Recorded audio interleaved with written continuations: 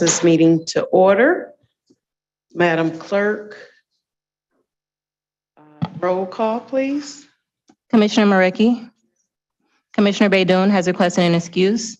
Commissioner Anderson. Commissioner Killeen. Chair Baker McCormick. Here. You have a quorum present. Next item, please. B, Chairwoman's remarks. None. Next item, please. C, approval of the January 10th, 2023 meeting minutes. Let's see.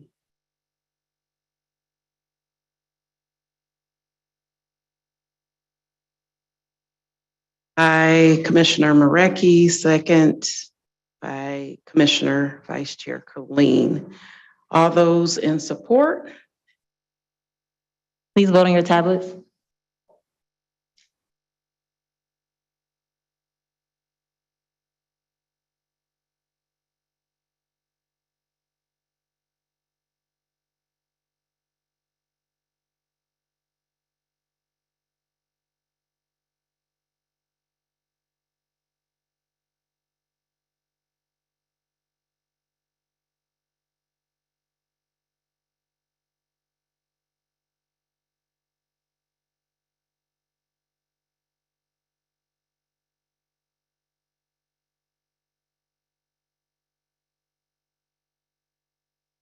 Motion carried.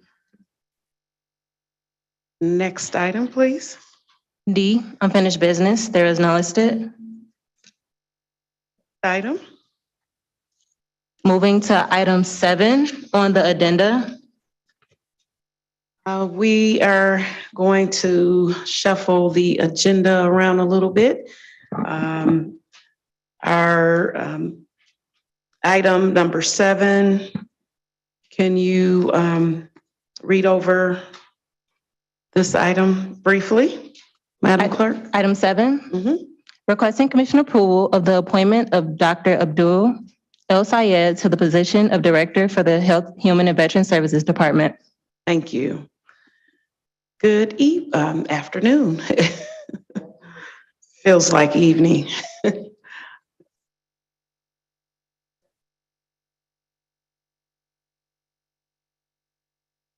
Yeah, is your mic on? I can't tell. Still not. Yeah, technology is. Okay, thank you. Good afternoon. I'm Janelle Allen, Chief Operating Officer with County Executive Evans Office, and it is my extreme pleasure to be able to present to you for approval his appointment to serve as our next Health, Human and Veteran Services Director, Dr. Abdul El Sayed, who actually requires no introduction, but I would like to provide just some brief remarks to highlight his impeccable credentials. Dr. El Sayed is a nationally and locally respected public health physician, epidemiologist, and educator. He also has academic credentials and is a prolific author, speaker, and media commentator, as I will provide a few more details.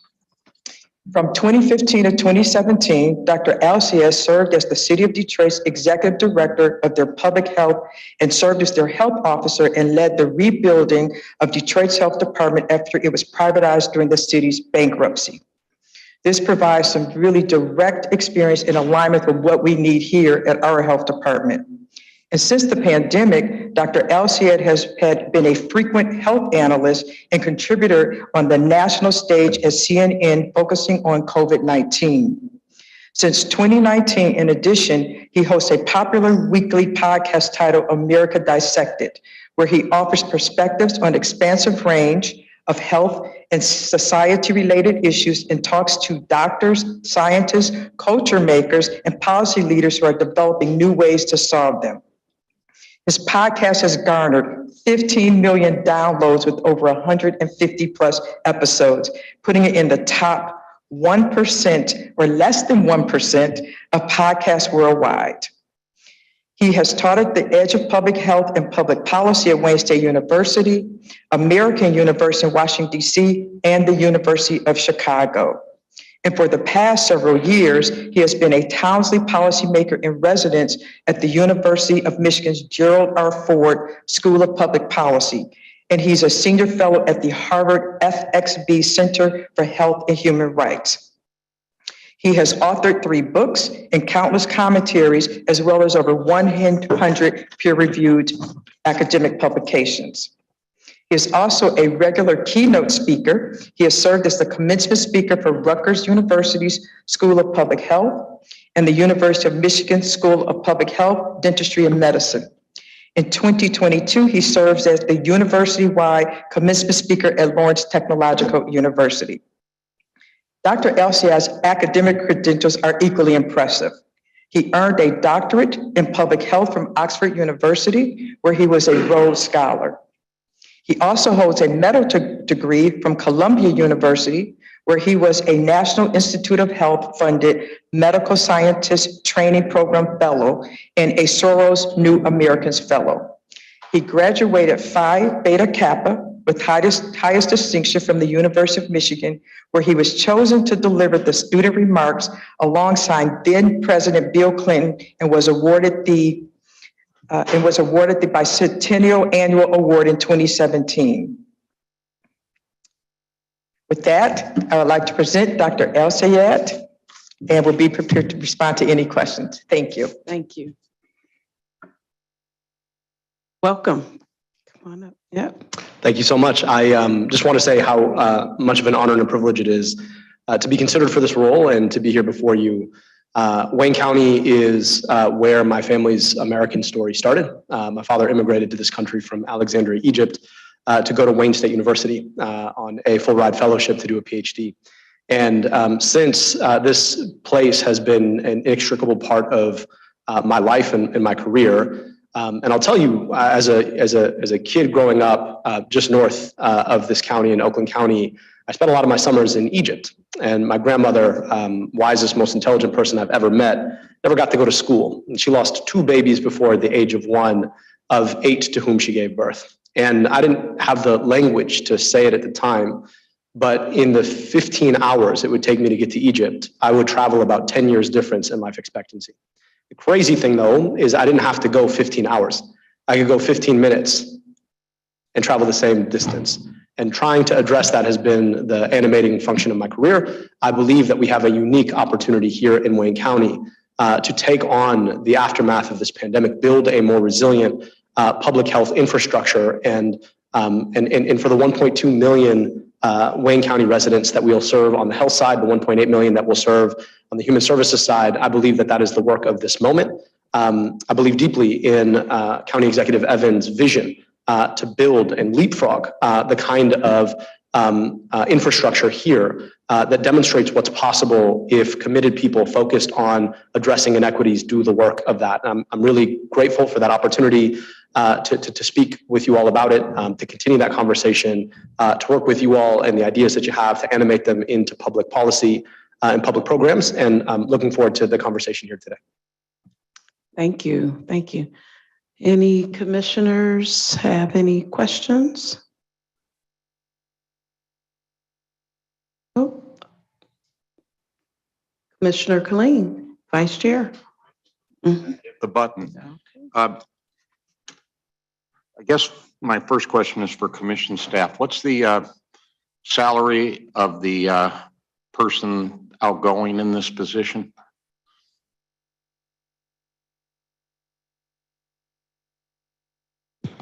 Through the chair, it's a little over 181. And what are we have policy on offering salaries in executive position? This one is 181 to 20,000 or 200. Does that fall within our guidelines? For the legal. Through the chair to this honorable body, I'm not aware of any guidelines. I believe that every county position has a salary range.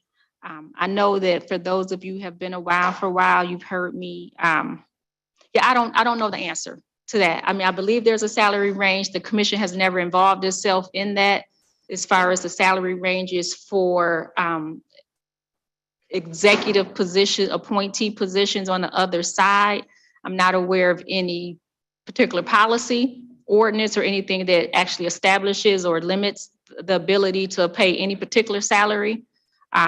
So I'm just not aware of anything that's in writing, though I don't know what the administration has in place on this side. Thank you. And Mr. El Sayed, I have raised this with a couple of people today coming in. You weren't first in the room, so I didn't. We have Medicaid redeterminations coming up, which will have significant impact on the health of Wayne County residents and Michiganders in general. I think it's somewhere around 1 million in the state that will have to be redetermined in a relatively short timeline. I don't know what the impact is on the county budget, but it's going to be huge dollars if people do not get redetermined. So I don't want to necessarily talk about that today, but the ongoing conversation that you mentioned, this is something I'm greatly concerned with, that we have to be on it along with everybody else in the state, right? And working from state government down to local government and the nonprofits, all of the people that we have in the jail. I mean, we labored tremendously to get people Medicaid in the jail. So it was a big effort for that. But also all of our social services activities. So from where I sit, it's maybe not number one on the agenda, but it's way up there. So I'll be looking forward to that conversation with you and plans for how we're going to get that done. So that's just my only comment. I'll say just more generally, I'm looking forward to continuing that conversation because I think making sure that as many people as possible in our county are insured via Medicaid has to be a primary goal of our department. But then also thinking through what are all the gaps that exist for someone who is Medicaid eligible? Why are all the reasons that they may be eligible but never get on the program or get bumped off the program or can't get the services even though they have the program? And thinking about what those gaps are and how we fill them also has to be a big part of that conversation. So I'm looking forward to thinking through that together. And I can tell you that it is a big priority for us as well. Yeah, because it's not only us, and it's not only government, but it's the nonprofits out there that are delivering services. So any help I can be, over at Authority Health, we do a little of this, that it seems we have to be coordinated. It's not everybody can work on their own on this. Because a lot of us touch the same people, and your question that you asked is the forever question in a lot of social services, not only this, how do we find the folks that need it the most? And that's always a huge hurdle to get over. So look forward to it. Look forward to getting this job done. Thank you. Thank you, Madam Chair. Thank you, Commissioner. Commissioner Anderson. Thank you, Madam Chair. I just wanted to welcome, first of all, I followed your career and I know you ran for governor. And I just wondered, first of all, are we going to see you here as a director through that next election? What I can tell you is my wife and I just celebrated the birth of our second child about 3 weeks ago. And having had one already, who is 5, what I've come to appreciate is that those 5 years feel like 5 days and maybe 5 centuries at the same time. But it's the fact that they can feel like 5 days, which implies that one has to be very thoughtful about what one does when one has small children. This is a very, very difficult job that we're talking about today. But it's also one where I know that I can be present for my family, and most importantly, serving the work that I've been committed to my entire career. So I intend to see this job through and to make sure that, whenever it is that we're thinking about my next steps, that we are in a position where the work that we've done can secure a healthier, more resilient future for our county residents. And I can tell you, I have no intention of running for office anytime soon. So I'm looking forward to being here for the long haul, to working together to see this job through, and to your partnership on that front. One of the things I wanted to ask too is if you have any plans for reorganization of the department, and can you share any of those ideas with us? So we do have some plans in the works, and we'll look forward to sharing them as we work through them. There's not going to be any sort of massive reorganization, and I have to give credit to previous leaders for all their effort and all their work. But what I will tell you is one of our main goals is to be thinking about how we take advantage of the theoretical synergies that ought to have existed when the program came together as HHVS. And that is a big part of that. And then the second big part of that, and I'm looking forward to the conversation that we'll have about this as well, is how do we leverage the one-time investment that the federal government has made in municipal government capacity for public health through ARPA to build a series of programs, partnerships, policies that enable us to step up and take advantage of those synergies as well. So it's sort of a two-step there. But I'm looking forward to sharing some of those plans as they go, mainly going to be focused on just trying to bring together any moment where we touch somebody in a clinical setting under unified care of a CMO, a chief medical officer, and then think through what are all the programs that we run that really ought to crosstalk with each other, where there are opportunities for us to really wrap around somebody rather than ask them to wrap their lives around us. And those will really be the foci for us. You mentioned chief medical officer. I know that the thing that's before us says that you'd be director for the Health and Human Services and Veteran Services Department. Are you going to have two titles or one title? So the state requires every public health district to have both a health officer and a medical director. Currently, our health officer and medical director are the same person, Dr. Avani Sheth, who's done a fantastic job in the role. Given my previous experience as a health officer, I do think that there's some real value in unifying the health officer as the director of the department, right? Because anytime a public health order needs to be made, it is then made through the titular leadership of the department. So we do intend to make that request with the state. The current health officer and medical director would continue to be the medical director of the department, overseeing under their medical license all of the clinical services. So that is sort of the direction that we're headed. So I do intend to wear the health officer title through the state, as well as director of the department. That is a request that's made to the state, pending, of course, your approval in the role as director. And with your reorganization, does it involve hiring additional people right now at the outset to divide up the responsibilities? It will, and we're hoping to present that to commission in the coming after March 1st, pending your approval of my appointment. Then we would present that plan fully at that point. If I may, Commissioner, just two comments that, based on some of your comments. With regard to Dr. El-Sayed also serving as the health officer, actually when Dr. Hamami was here, when he was the director of the department when it was first created, that he also served as the health officer. Also, with regard to the restructuring, as you may know by charter, the administration must submit a reorganization plan within the first 90 days of this new term, which we're actually working on. Any changes being proposed for the department will be included in that reorganization plan, which will be submitted to the commission for approval. Do you, again, Mr. Sayed, do you plan on right now at the outset, I don't know if you've met with many of the people that work for the department. And do you plan any changes as far as them not being with the department after you take over?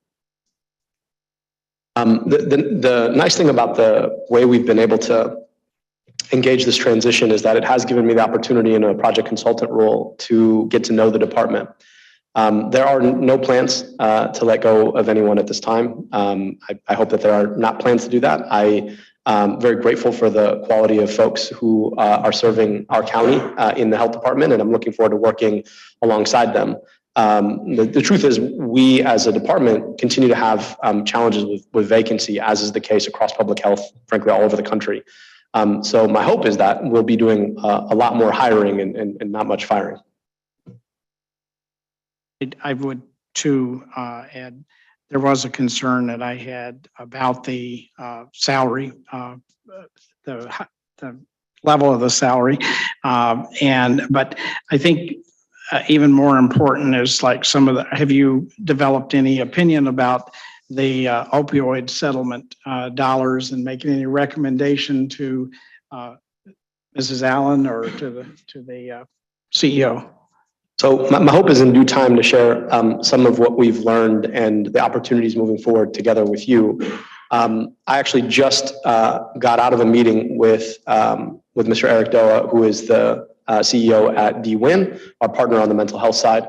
And we've been discussing what it is between the combination of ARPA-funded dollars and opioid settlement dollars that we can do to think through where the gaps exist between the great services that they offer, where we can have an opportunity to make sure that we're creating somewhat of a navigator / safety net program of sorts, so that we're getting as much of the need met and as many of the services out to folks who could make use of them. It is a very complex program to try and put together. DWIN obviously is a service provider, and so they have to think quite a bit about their ability to share data, given that it's protected health information. And yet at the same time, I think we have an opportunity to work hand in glove with them to be able to support building that kind of a relationship and that kind of a program. So that's the direction we do hope to take. And I'd really look forward to being able to share a little bit more about the insight and analysis that led us in that direction, and getting some of your feedback on that kind of a program. That's all I have right now. Thank you, Commissioner. Commissioner Marecki. Thank you. Okay, it's on. Well, nice meeting you. I just have a couple questions. And this might be more for Janelle. When you guys start to evaluate the ARPA and the opioid dollars, will Guidehouse, are they overseeing those ARPA dollars as well? With the health and I'm getting confused where Guidehouse is exactly on these ARPA things. Guidehouse had been assisting with ARPA, but not particularly with the opioid settlement, which is a separate pot of money. But they will be assisting with the ARPA with the Health and Human Services Department? Well, we are taking a somewhat different approach, similar but different. Guidehouse will still be evaluating just eligibility with regard to initiatives, but as far as the evaluative process and how we're approaching, and some of the programs we actually plan on doing quite a bit in-house, actually they're going to be led by Dr. Elsiet. Okay, so but they're still in the eligibility. Yes. With all that. Okay. You have a very interesting resume, but I'd like to know about one of these in particular. And where is it? The Soros Fellowship for New Americans. Can you tell me what that was about? Sure. So though he shares the same name with his elder brother, George, the Soros Fellowship for New Americans was funded through Paul and his wife, Daisy. It is a fellowship that offers half tuition and a stipend for 2 years for promising graduate students who are new Americans. So either immigrants themselves or children of immigrants. Both my parents immigrated from Egypt, making me eligible for the program. And in fact, I was a fellow through the Soros Fellowship Program, which was a lovely program to be a part of. But I actually did not receive any funding through the program, in large part because my graduate school was entirely paid for by the federal government through the NIH, because I was a NIH medical scientist training program fellow. So in short, they won't create replicative funding. So if you have funding through another source, which I had through what's called the MSTP, then you are sort of part of the fellowship, but don't receive funds.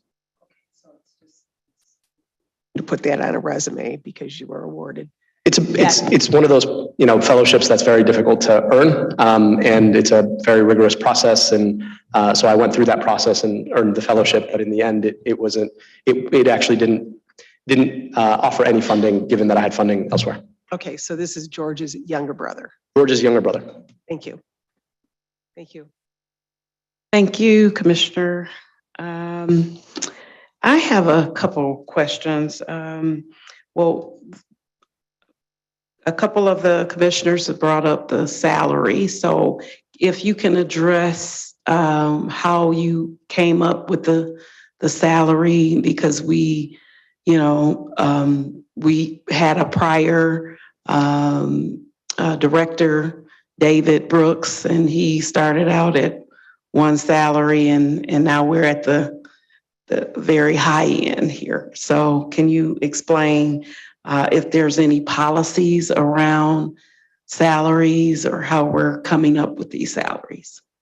I'll begin by saying that we do have a pay plan, and the pay plan has ranges. Unfortunately, the county's pay plan is very outdated and we do not know when it was last updated. And it does not even include salary adjustments that have been implemented since 2018. So when we are looking and we're recruiting, and as we do know that we've all had challenges with our salaries as we're becoming more competitive, we actually are looking to the external market as we're recruiting externally. When Mr. Brooks was served in the role, the job was actually different at that time. Then we were looking for an operator, someone to just run the daily operations and programming. When we were recruiting to fill the position in the middle of the pandemic, and we're fortunate to obtain Director Jordan, the world had changed and the job changed. We realized that we actually needed someone who could be an operator, enhance operations, not just maintain status quo, but we also needed someone to lead us continuing through the pandemic, as well as to design future programming. As I said, when Director Jordan started, it was at the height of the pandemic, and pretty much her time and her focus was consumed with the pandemic. And so her focus and her attention and time has been devoted to fortifying the operations. Meanwhile, we still have our ARPA funding. And as we know, they have a shelf life and expiration date. This time around, we have to have someone, especially now that we are coming out of the pandemic, that we need someone who can design a very comprehensive, impactful program that coordinates with future programming. As Dr. Elsey has said, we do not want to use this funding just for one-time programs that will end when the funding ends. So it's very critical that that is incorporated into sustainable programs, sustainable funding sources. So we need someone to design the program, then actually build it while operating the department. Again, this is a very different job than when Mr. Brooks was here. It is similar to though when Director Jordan was recruited. And that's when you'll see that there was the biggest jump in the salaries. We actually use an executive recruiter when we're fortunate to get Director Jordan. I would tell you that every candidate that we interviewed told us that the minimum salary they would have accepted then was $180,000. In fact, before we even knew of Director Jordan, we had made an offer to a candidate who actually declined and said that it just was not enough for the job in the middle of a pandemic. So we're very fortunate, frankly, to get someone of Director Jordan's caliber for the 180. Now the world has continued to change. Inflation has really hit. When you factor in the inflation factor of 10%, as well as the credentials that Dr. Elsey brings, with a medical degree and a PhD, we believe this is a competitive salary. We do not think it's on the high end. Frankly, we think it's competitive. Okay. And will we still have the same organizational divisions, I guess, that are currently in place, the public health, the clerical, juvenile and youth services, access to care, the veterans, and then the medical examiners? Will our organizational chart be basically the same? We are anticipating some changes, but that's actually going through with our whole reorganization plan for the executive branch. As I mentioned that, as you all probably know by charter, at the beginning of every new administration's term, even if the same county executive is reelected, we must submit an organization plan for the executive branch. And that's about how the executive departments and divisions will be structured. This is our time when we evaluate, are things in the right place? We want to make sure we have efficiencies and streamlining. So we're taking a wholesale review of our entire executive branch. I will tell you that we are anticipating some changes, as Dr. Elsie said, probably not dramatically within HHVS, but we are anticipating some changes which we'll be presenting to the commission when we submit our reorganization plan. Okay. And the one-time funding or funds that we're getting from the American Rescue Plan, in addition, we're getting some other dollars coming in from the federal government. Do we know what that number is yet, cumulative? Are you referring to the opioid settlement? As well as the American Rescue Plan, and yes. So the ARPA funding that's the total 339 million. Just part of that money we're going to be allocating for public health initiatives. And what part of that? So we have allocated, I believe, about 60 million of the 339 for public health initiatives. The opiate settlement, I understand, is we got about 36 million, but over 18 years, which amounts to a little less than, I believe, about 2 million a year. And the last question I think I have is for Dr. El-Sayed. In reference to your transition here, I know you've been here for a couple of months getting acclimated and just kind of figuring everything out. And as a consultant, did we pay you as a consultant?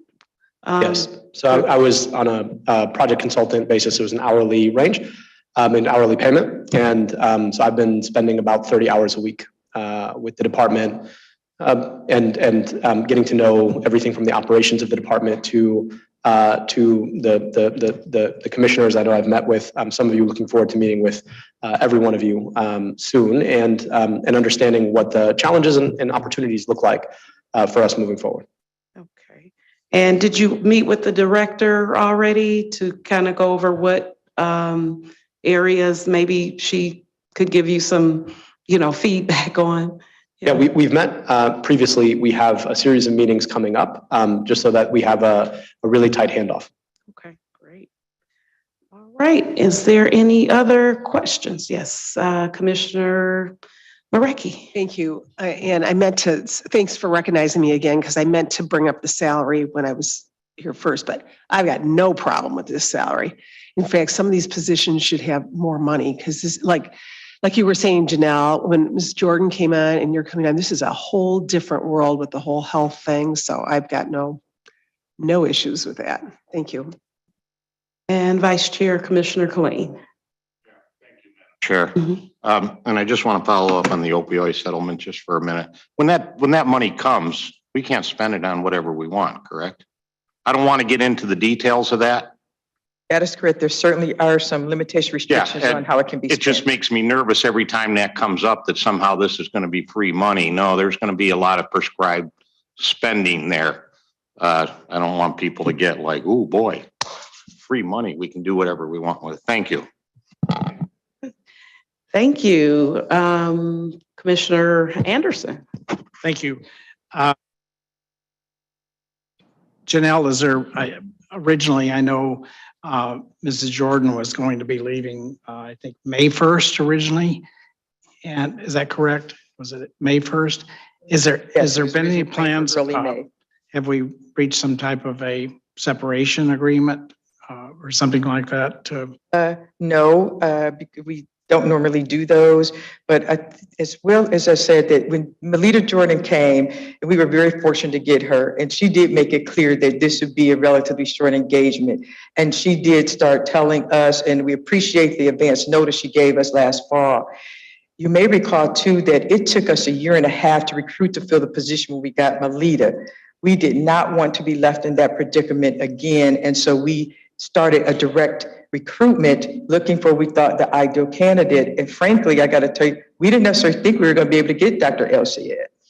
So given that, as you said, we had the unique opportunity that he was available to start a couple of months early, that which has enabled him to go in and meet all the staff, the leaders at least, to actually assess and evaluate that he can hit the ground running on March 1st. And one of our biggest concerns, again, is with our ARPA plan. We have got to get going to get that designed and implemented because the clock continues to tick. You may have also heard that there are some concerns about talk at the federal level that some of those funds may be withdrawn or taken back if they have not been committed. So time is of the utmost urgency, and we thought it was absolutely critical in the best interest of the county to get Dr. Alciez started as soon as possible.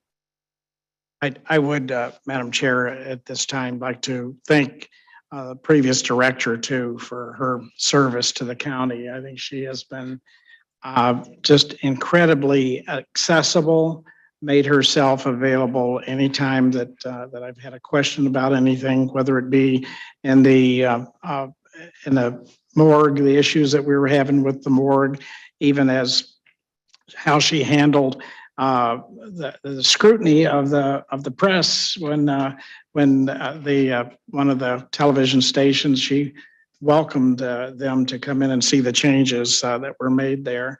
So she's just been tremendous, and I hope Dr. El-Sayed, you are ready to do the same bang up job that she did. And I just welcome you if you're successful by the full board. I think you certainly have the credentials, but Mrs. Jordan, I just wanted to say thank you and use this opportunity to say thank you for what you've done for us. My name is Melita Jordan, the Director of the Department of Health and Human Services. Thank you very much, and I do appreciate that. And as Janelle said, it is important that one has succession, and this is really the way that you do succession, is to make sure that you're able to find someone in advance so that the department and the agency would not be left without someone being able to come in and take over. It has been an absolute pleasure and a joy to serve the residents here and to work with this esteemed group. I have received nothing but support from all of you, and I've tried to certainly be more responsive to you and to the number of requests and that your constituents have, but more importantly, being able to support you in a timely manner for those things that you needed for your constituents. And so working with this administration and working with all of you have been a pleasure. I am returning back to Pennsylvania. Family is important. And so one of the reasons why I am leaving is to return home to my family. And I did make that very clear to Janelle, Mr. Evans, when I came on board, that family is important. And because I am here without my family, many, many, many miles away from home, it is important that I be able to provide also the necessary support that my family needs of me as well. So it has been a pleasure. And thank you very much for the wonderful and kind words that all of you have provided and shared with me. Thank you. Yes, and before you leave, Ms. Jordan, I too would like to thank you for your service here at Wayne County. You've always been responsive, even coming out to my community meeting recently. So I want to say that I appreciate you and all of the knowledge and hard work that you did, just coming in the midst of a pandemic and just whipping everything in shape and making sure that Wayne County functioned. So we thank you for that. I thank you for that. Okay. All right. Thank you. All right. If there's no other comments or questions, we will now look at voting on this item. Is there a motion from anyone? We have a motion by Commissioner Killeen. Okay, is there support?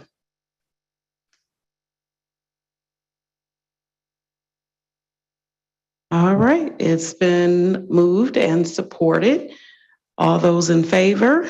Oh, let's vote. I forgot.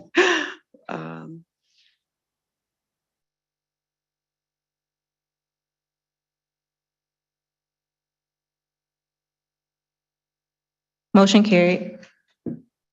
Congratulations. All right.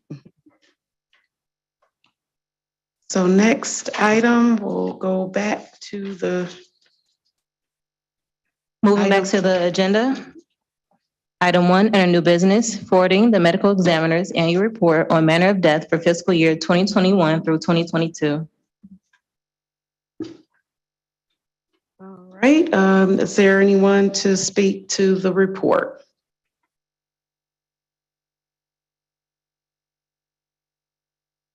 Good afternoon again. My name is Melita Jordan, the Director for the Department of Health, Human and Veteran Services. So we are going to present, I've asked Dr. Lakmin Sung, who is the interim medical examiner for Wayne County, who have assisted with preparing the report. And so he's going to speak to the report and any questions that you may have. Dr. Sung? Hello, Lakmin Sung, Interim Chief at the Medical Examiner's Office.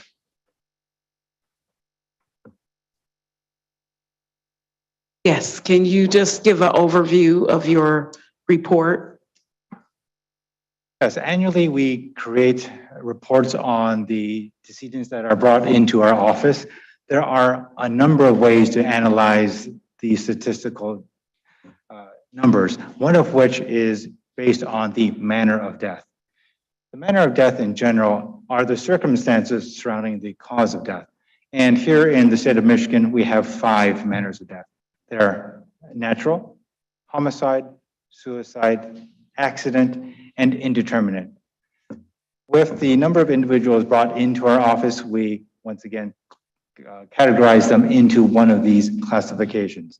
It's strictly for statistical purposes. They have no medical diagnoses attached to them. The circumstances surrounding these deaths can be influenced by police investigation, by medical information, and also by information that our medical examiner investigators gather at the scene or in talking to family members. On the tables that I provided for analysis are the breakdown of each of those manners of death. By and large, the most common manner of death of the decedents that we receive is going to be natural. And natural are disease processes or the aging process, and it is those processes that bring about the death of an individual. Of the second most common is accident. And here in Michigan, unfortunately, it's not a strict problem to Michigan, but across the nation, one of the major contributors to the accidental manner of death are drug-related deaths, particularly overdoses. And right now, we are still in the midst of the fentanyl crisis. So we do see many individuals who unfortunately pass from fentanyl deaths. A smaller portion of the accident manner are motor vehicle related collisions and deaths. And then there are smaller percentages after that.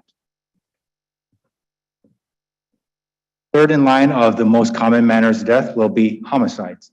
And although the homicide rate has been gradually increasing over the years, last fiscal year, we experienced a small decrease in the overall number of homicide cases. I definitely hope that that number continues to decrease as time goes on. Of the homicide cases, the most common will be firearm-related deaths. And then followed by that will be blunt force trauma and then other modes of homicide. Fourth manner of death are suicides. And suicide deaths, in comparison to the other manners, are lower. It comes in at 8.6%. Although 8.6 is much smaller than the almost 40% of natural, it still is a very large component of the manner of death. It's one that we hope to shrink. In regards to suicide deaths, they have been increasing as the pandemic has hit our society. And as we are beginning to come out of the pandemic, I do hope that the overall suicide cases will drop in addition to the homicide cases. The gender separation of suicide, we do see more males die from suicide than females. What's interesting, though, for the males, there is a gradual decrease after the age bracket of 20 to 29 years, and it gradually decreases after that. Unlike what is seen with females, there is a relatively flat percentage of females that are dying of suicides throughout the age ranges of 10 to roughly 70 years of age. Exactly why that is, I can't say, but it is fairly consistent in the female. The last manner of death is indeterminate, and that is where there is insufficient information to select one of the previous four. And indeterminate manners of death in Wayne County are very small. It only makes up 0.9% of all of the cases that come into our office. And when it comes to indeterminate, there are some individuals that are hesitant to use indeterminate manner. But my belief is it is better to say you don't know for those cases, you truly don't know, than to select a manner and then arbitrarily use that. I think it is better policy to just admit, and there are cases in which information at the time being may not be able to resolve a case, while technology in the future may be able to provide additional means of classification of that death.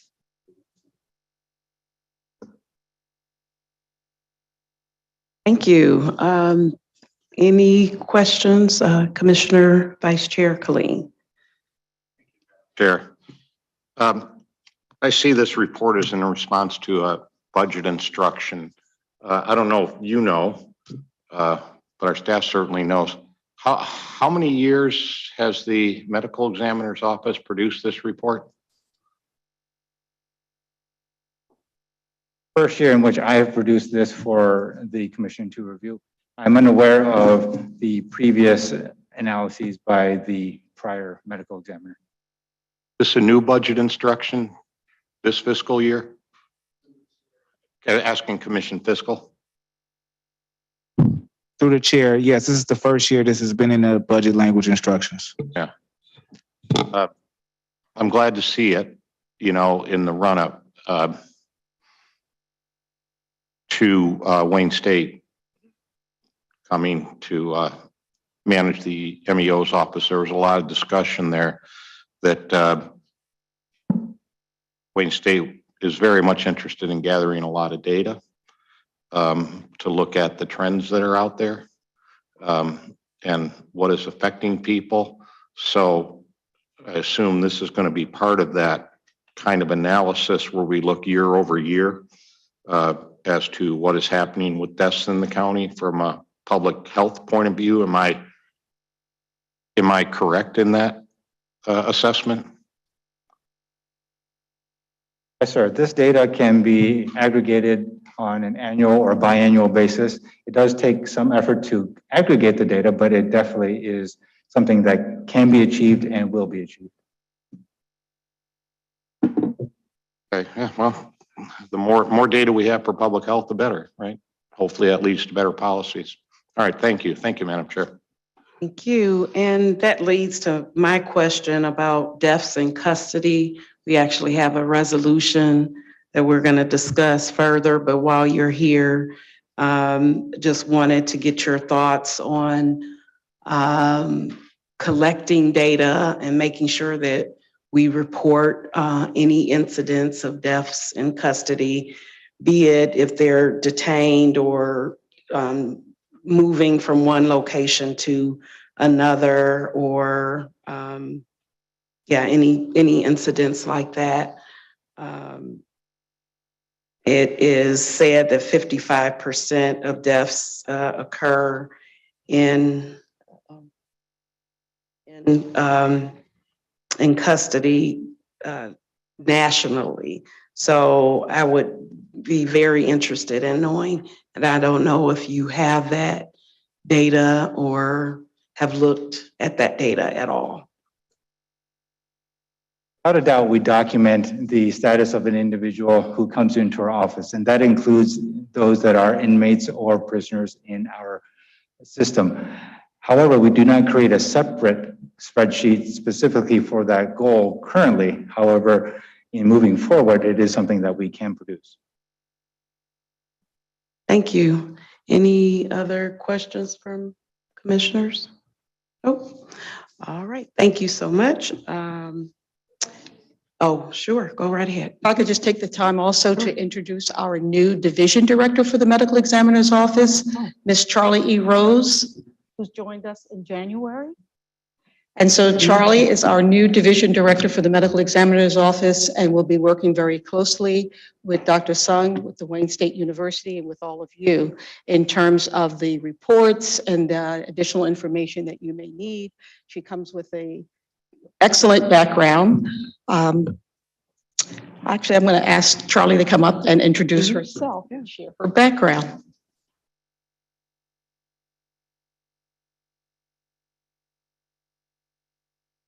My name is Charlie Rose, and I am a graduate from mortuary science at Wayne State University.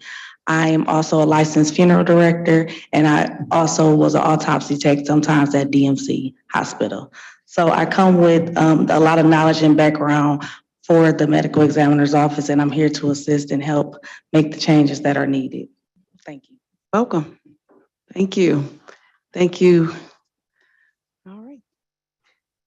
All right. Is there a motion? There's support? Receive and file, yes. It's been moved and supported. All those in favor, please vote. Motion carried. Next item, and we'll take 2 through 6 together. Item 2, requesting commission approval of Amendment 4 to a 2-year contract with 3 one-year options to renew with Black Family Development. So these are our quarterly adjustments for our CMOs. Any questions on this? All right, next item. Item 3, requesting commission approval of Amendment 4 to a 2-year contract with 3 one-year options to renew with the Bridgeway Services. Questions? All right, next item.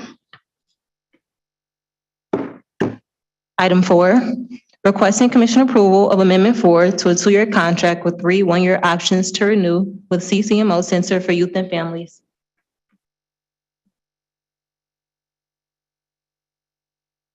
Next item.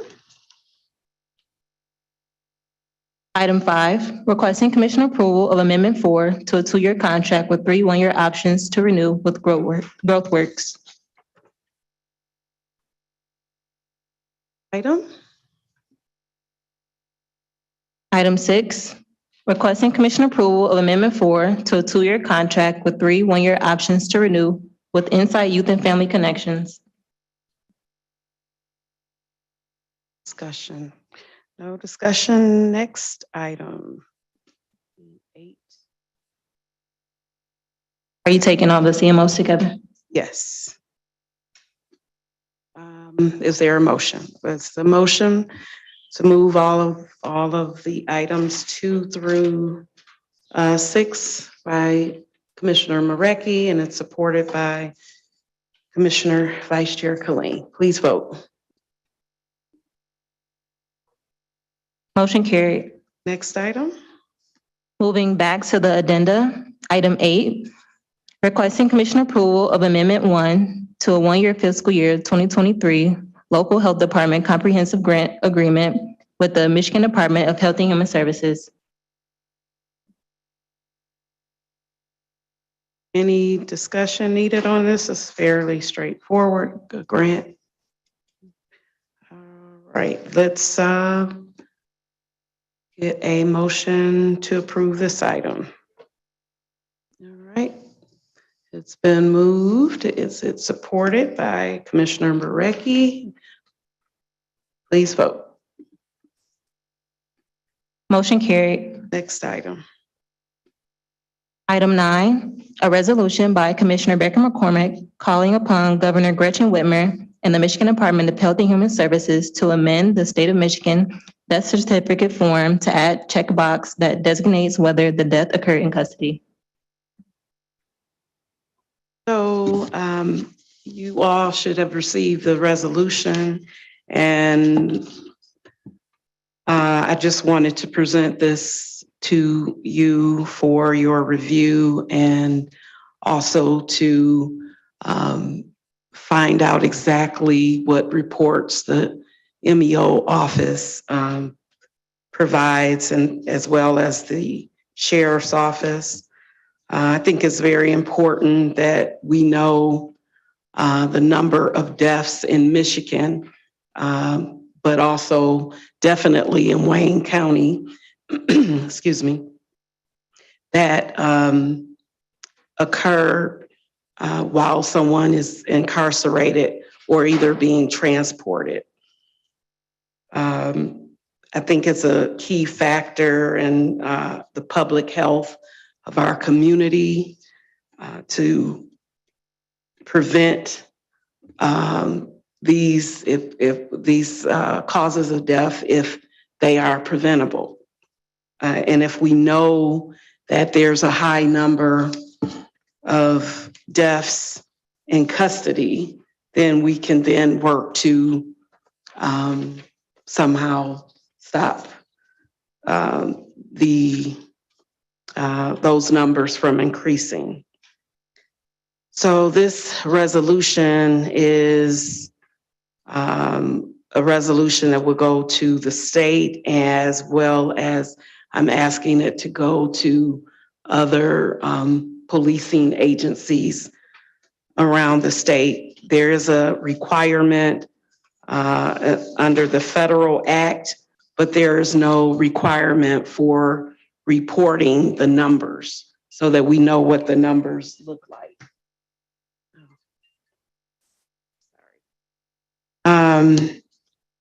And so that's the resolution. I don't know if you have any questions or comments.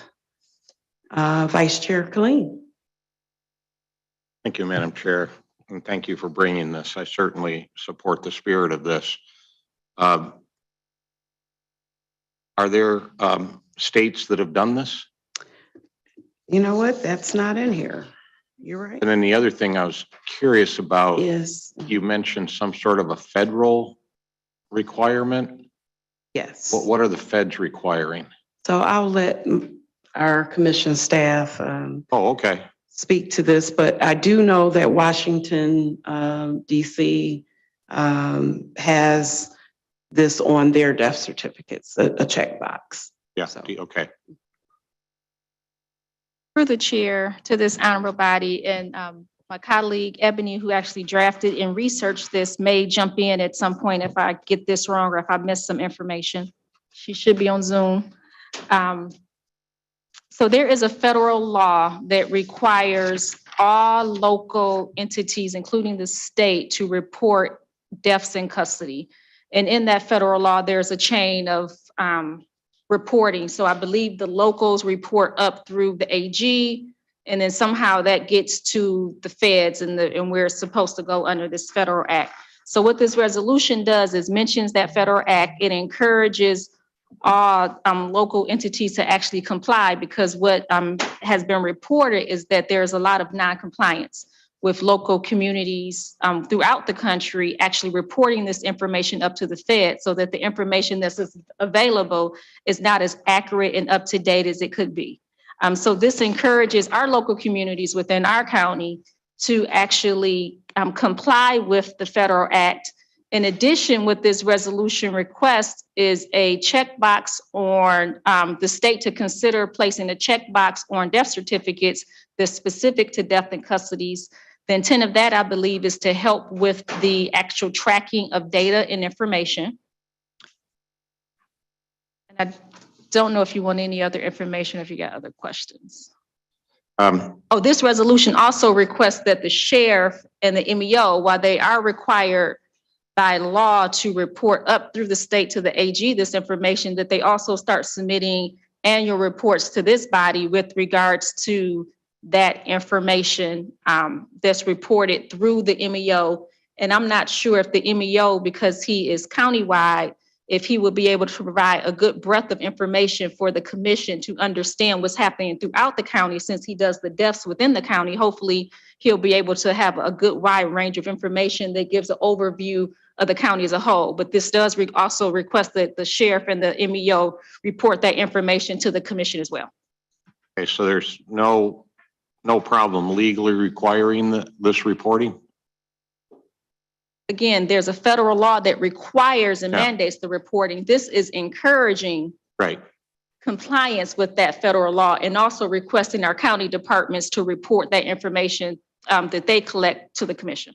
Yeah, because that was my first concern was, can we really mandate that?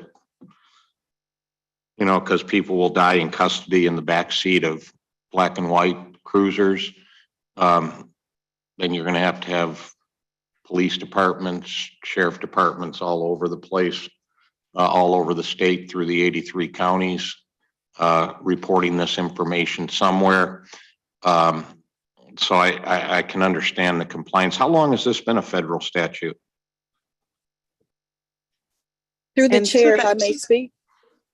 I just wanted to add, Commissioner Colleen, that our Wayne County Sheriff reports. He has been reporting.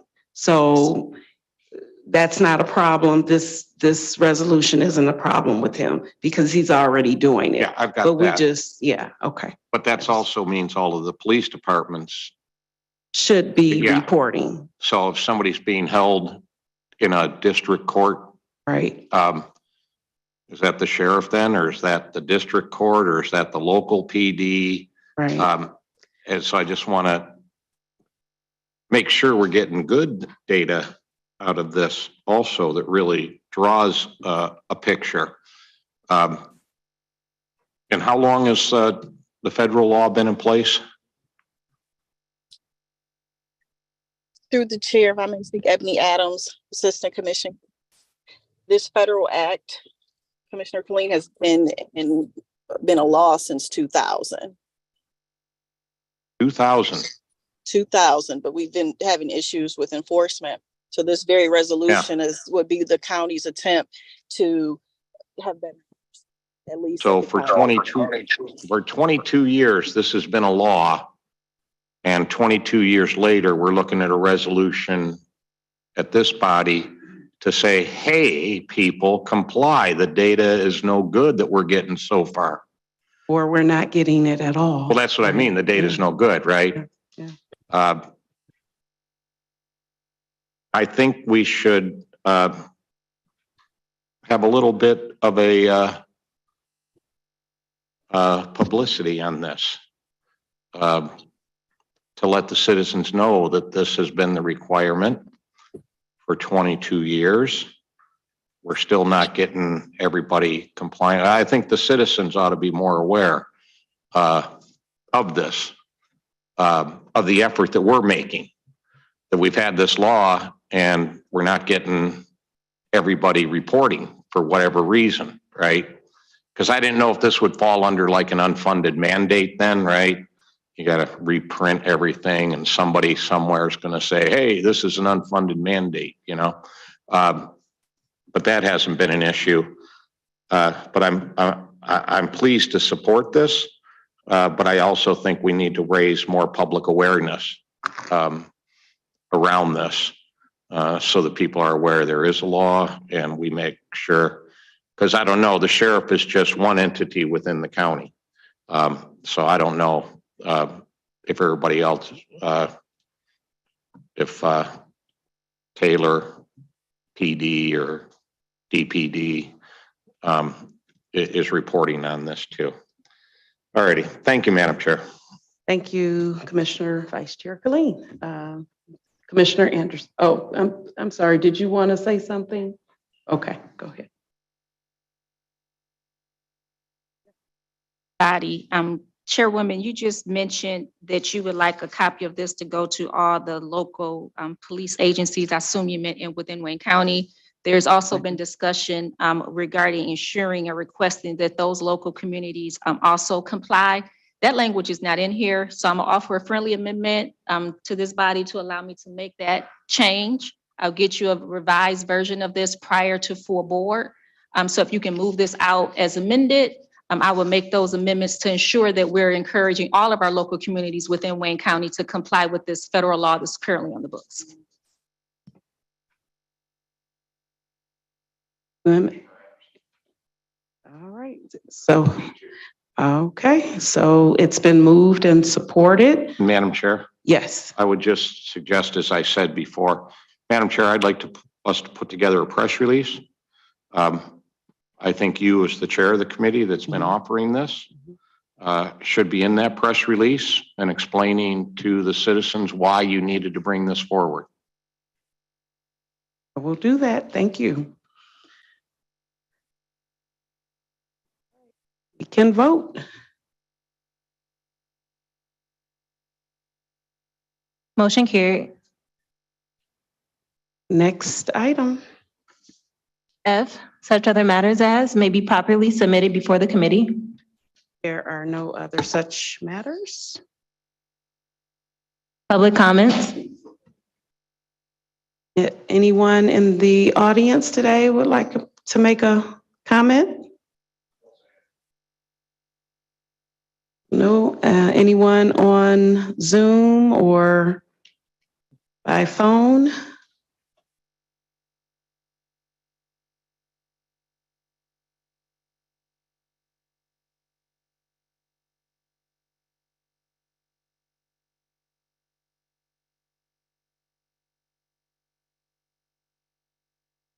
No?